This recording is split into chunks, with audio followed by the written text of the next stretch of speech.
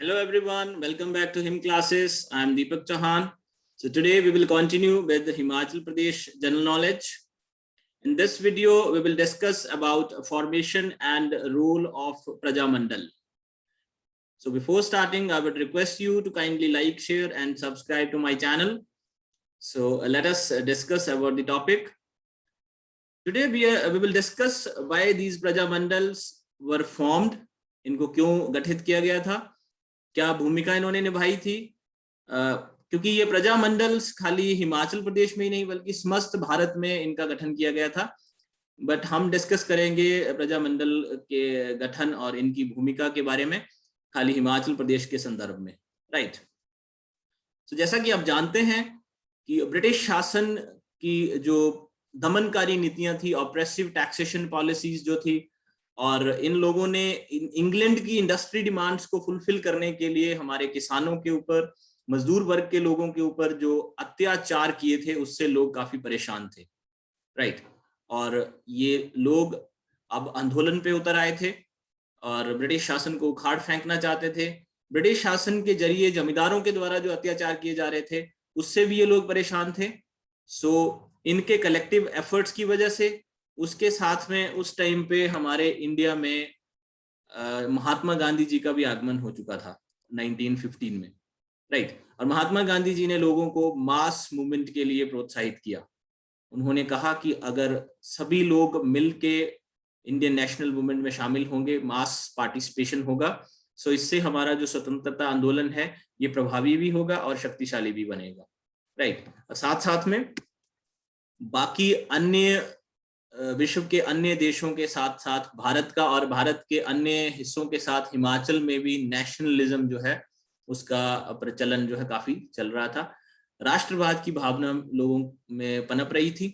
सो इन्हीं कारणों की वजह से प्रजा मंडल जो है उनका फॉर्मेशन होता है और उनको बनाया जाता है, राइट। इस मैप के जरिए ये बताने की कोशिश की गई है कि कौन सा हिस्सा जो था भारत का वो ब्रिटिश प्रोविंसेस के अंडर था और कौन सा हिस्सा जो था वो प्रिंसली स्टेट्स के अंडर था, राइट। बेसिकली अगर देखा जाए तो प्रिंसली स्टेट्स भी इनडायरेक्टली ब्रिटिश इन्फ्लुएंस के अंदर ही थी, क्योंकि हर एक प्रिंसली स्टेट में ब्रिटिश ऑफिसर्स को रेजिडेंट्स के नाम पर अपॉइंट किया जाता था, राइट। और वो रेजिडेंट्स उस प्रिंसली स्टेट्स की पॉलिसीज को और बाकी जो भी पॉलिटिकल एक्टिविटीज थी उनको अपने हिसाब से डिजाइन करवाते थे राजा के थ्रू, राइट। और ये है हिमाचल प्रदेश का सिनेरियो। यहाँ पे आप देखेंगे कि जो शेडेड एरिया है हिमाचल प्रदेश के हिस्से का, ये प्रिंसली स्टेट्स के अंडर था, और बाकी लाहौल स्पीति का रीजन, कांगड़ा और कुल्लू का रीजन, ये आपका ब्रिटिश प्रोविंस के अंडर आता था, राइट। सो प्रजा मंडल मूवमेंट जो था ये इंडियन इंडिपेंडेंस मूवमेंट का ही एक हिस्सा माना जाता है, जो कि 1920 के दशक में काफी पनपा हुआ था, राइट। सो प्रजा मंडल लोगों का एक ऐसा समूह होता है जो कि ब्रिटिश शासन या अपने प्रिंसली स्टेट के रूलर्स के ऑप्रेसिव पॉलिसीज और उनकी क्रूरता से बचने के लिए और अपने लिए डेमोक्रेटिक राइट्स की बात जो लोग करते हैं उनके द्वारा जो सरकार के खिलाफ एक समूह के रूप में आंदोलन चलाया जाता है, उसे बोलते हैं प्रजा मंडल मूवमेंट, राइट। अब इसके एक भूमिका आपको बता देता हूं, बैकग्राउंड इसका थोड़ा सा बता देता हूं कि 1857 में जो फ्रीडम स्ट्रगल हुआ था वो इतना सक्सेसफुल नहीं हो पाया था, लेकिन इस स्ट्रगल की वजह से और इस राजनीतिक घटनाक्रम की वजह से लोगों में एक राजनीतिक चेतना जो है वो आ गई थी, ठीक है। लोगों के अंदर देशभक्ति की भावना का उजागर हो गया था, देशभक्ति की भावना उनके अंदर आ गई थी और वो अपने लिए डेमोक्रेटिक राइट्स की बात करने लगे थे। ब्रिटिश शासन को उखाड़ के फेंकना चाहते थे और उनसे छुटकारा पाना चाहते थे। सो इस तरह का भाव जो है वो लोगों में आ चुका था, जिससे हमारे इंडियन नेशनल मूवमेंट को और जो लोकल मूवमेंट्स थे उनको काफी प्रोत्साहन मिल रहा था, लोगों से काफी सपोर्ट मिल रहा था, राइट। इसी के बीच 1921 में महात्मा गांधी शिमला का दौरा करते हैं, उनके साथ में और भी कई प्रोमिनेंट लीडर्स आते हैं शिमला में, एंड दे एड्रेस दी पहाड़ी पीपल। पहाड़ी प्रांत के लोगों को उन्होंने संबोधित किया शिमला से, और उन्होंने इस बात पे जोर दिया कि किस तरह से जो नेशनलिज्म स्पिरिट के जरिए उन्होंने लोगों को प्रोत्साहित करने का कोशिश की और लोगों को नेशनल मूवमेंट में पार्टिसिपेट करने के लिए प्रेरित किया, राइट। तो इससे पहाड़ी क्षेत्रों में भी काफी चेतना आ गई थी। जो देश के बाकी हिस्सों में जो लोगों जो नेशनल मूवमेंट की स्पिरिट चल रही थी, वही लय जो है वो पहाड़ी क्षेत्र में भी आ चुकी थी। इसके साथ में एक और इम्पॉर्टेंट इंसिडेंट होता है which is all India states people conference. इसको 1927 में मुंबई में फॉर्मेशन होता है इसका। और इस घटना की वजह से जो पहाड़ी लोगों में भी एक मोटिवेशन आ जाती है और इस कॉन्फ्रेंस से मोटिवेट होके हिमाचल की कुछ रियासतों में भी छोटे छोटे समूहों का निर्माण किया जाता है, जैसे चंबा सेवक संघ हो गया, धामी प्रेम प्रचारिणी सभा है, बुशहर सेवा मंडल, इस तरह के और भी कई सारे छोटे छोटे ऑर्गेनाइजेशन से जो कि बनाए गए थे, राइट। उसके बाद में इसका दूसरा एक कॉन्फ्रेंस 15 और 16 फरवरी में 1939 में लुधियाना में होता है, जो कि पंडित जवाहरलाल नेहरू की अध्यक्षता में किया जाता है। इस कॉन्फ्रेंस में पंडित जवाहरलाल नेहरू ने प्रजामंडल की फॉर्मेशन पे काफी जोर दिया। उन्होंने लोगों से आग्रह किया कि अगर छोटी छोटी रियासतों के लोग मिलकर बड़े राजनीतिक संगठन बनाएंगे तो इससे जो नेशनल मूवमेंट है वो काफी प्रभावी और शक्तिशाली बनेगा, राइट। सो इस वजह से जो प्रजामंडल का फॉर्मेशन था उसके ऊपर काफी जोर दिया गया। और बाद में जो छोटे छोटे ऑर्गेनाइजेशन, छोटे छोटे समूह जो लोगों द्वारा बनाए गए थे, उन्हीं समूहों को प्रजामंडल में कन्वर्ट कर दिया जाता है। और इससे लोगों में जो ये जो डेवलपमेंट्स हो रहे हैं, फॉर्मेशन ऑफ प्रजामंडल और जो भी नेशनल और स्टेट मतलब रियासत लेवल पे जो भी ये प्रजामंडल फॉर्मेशन को लेके, all India state people conference को लेके जो भी डेवलपमेंट हो रहे हैं, इससे लोगों में एक राजनीतिक जागरूकता आ जाती है, लोगों में डेमोक्रेटिक राइट्स को लेके एक अवेयरनेस आ जाता है। और ये अवेयरनेस जो है वो प्रिंसली स्टेट्स को आपस में इंटीग्रेट होने में काफी हेल्पफुल होता है, राइट। और भी इसके कुछ कारण थे, जैसे सभी जो स्पेशली जो पहाड़ी प्रिंसली स्टेट्स थी, ये काफी छोटी छोटी प्रिंसली स्टेट्स थी और उनके बीच में आपस में there was an equality on the scale of socio economic, cultural and linguistic level. Okay, लोगों में लगभग आर्थिक और सांस्कृतिक समानता पाई जाती थी, भाषा भी लगभग लोगों की एक जैसी ही थी। सो इसीलिए इनके एकीकरण में काफी ये महत्वपूर्ण साबित होती है ये भावना, ठीक है। उसके बाद प्रजामंडल एक्टिविटीज जो थी ब्रिटिश एडमिनिस्ट्रेटेड एरियाज में भी चल रही थी, हिमाचल में भी और देश के अन्य हिस्सों में भी ये सब चल रहा था। और लोगों ने इस प्रजामंडल के मूवमेंट को काफी समर्थन दिया, क्योंकि इससे उनको लगता था कि जो ब्रिटिश शासन की क्रूरता है, ब्रिटिश और प्रिंसली रूलर्स की जो दमनकारी नीतियां हैं, उनसे बचा जा सकता है, ठीक है। सो इसी के लिए लोगों ने इन मूवमेंट्स का काफी समर्थन किया। सो वो सारे पॉलिटिकल ऑर्गेनाइजेशन जो कि जो जमींदार थे या फ्यूडल रूलर थे, लोकल रूलर थे, प्रिंसली राणा या राजा थे, उनसे और ब्रिटिश शासन की क्रूरता से, उनकी दमनकारी नीतियों से बचने के लिए, अपने राजनीतिक अधिकारों को हासिल करने के लिए लोगों द्वारा चलाए गए थे। इन्हीं मूवमेंट्स को प्रजामंडल मूवमेंट कहा जाता है, ओके। अब हम बात करेंगे कि हिमाचल प्रदेश में कौन से प्रजामंडल थे और उन्होंने क्या भूमिका निभाई, किसकी नेतृत्व में, किसके अध्यक्षता में ये सब प्रजामंडल जो है वो चल रहे थे, राइट। क्योंकि इससे कई बार क्वेश्चन आते हैं, ऑब्जेक्टिव टाइप क्वेश्चंस भी आते हैं और सब्जेक्टिव टाइप क्वेश्चंस भी आते हैं, राइट। पिछले साल ही HPAS की मेन परीक्षा में ये सवाल आया हुआ था कि सिरमौर और चंबा प्रजामंडल की भूमिका का वर्णन करें।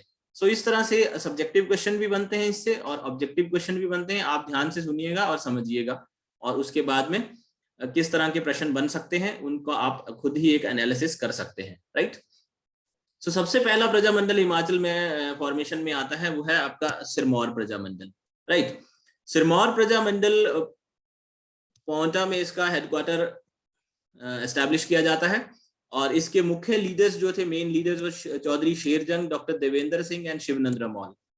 इन लीडर्स के लीडरशिप में ये प्रजामंडल काफी इंपॉर्टेंट रोल प्ले करता है हिमाचल प्रदेश के इंटीग्रेशन में, ओके। और भी कई सारे लीडर्स थे जिन्होंने सिरमौर के अलावा भारत के अन्य हिस्सों में जैसे दिल्ली और दूसरे शहरों में भी सिरमौर प्रजामंडल के लिए काफी कुछ सहयोग दिया।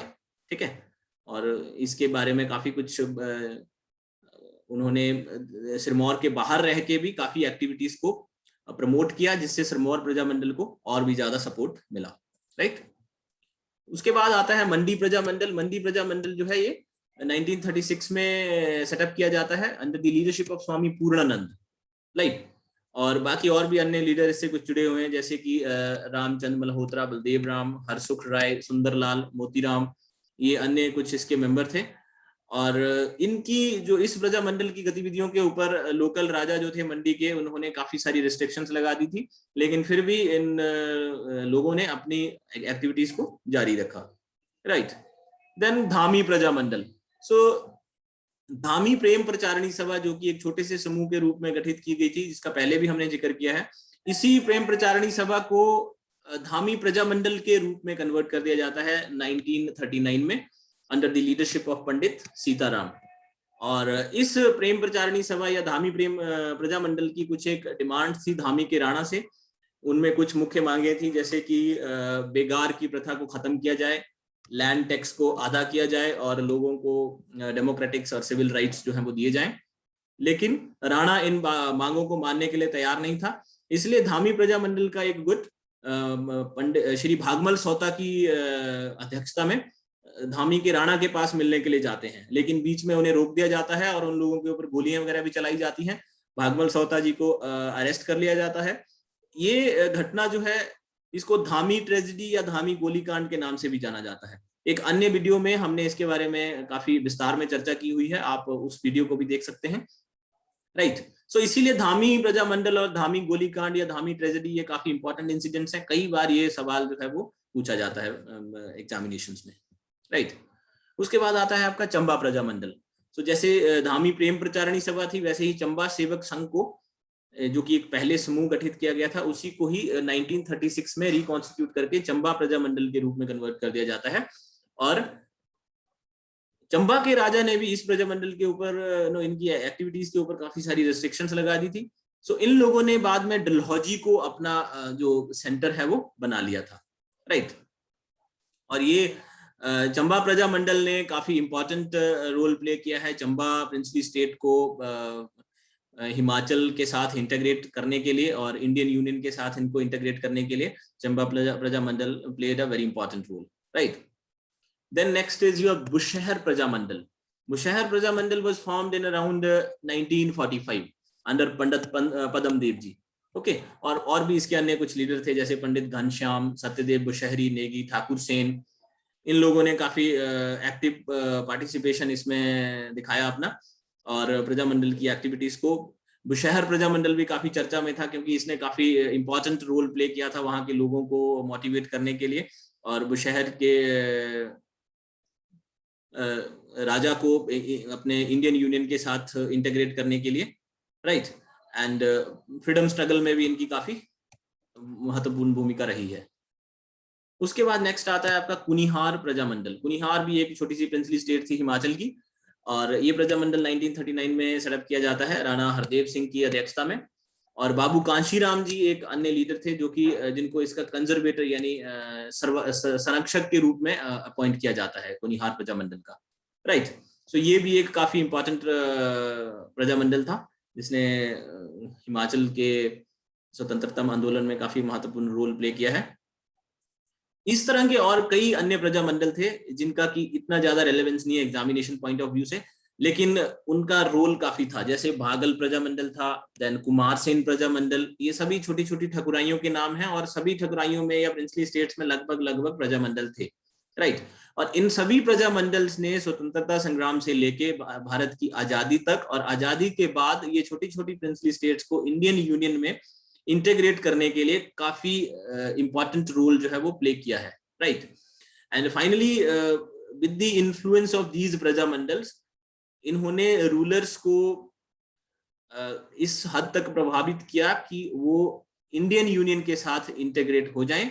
और फाइनली 15 अप्रैल 1948 को 15 अप्रैल 1948 को all these small and big 30 princely states were there which all integrated with the Indian Union, and Himachal Pradesh as Chief Commissioner's province was formed on this date. Right. So ये थी प्रजामंडल की मोटी मोटी बातें. इस video में हमने लगभग उन सभी एक्टिविटीज को कवर करने की कोशिश की है जो कि एग्जाम पॉइंट ऑफ व्यू से रेलेवेंट हैं. Right.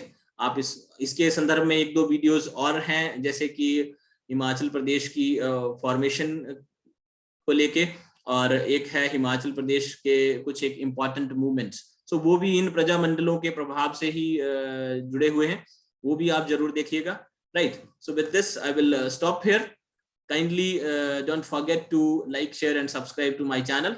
So thank you very much.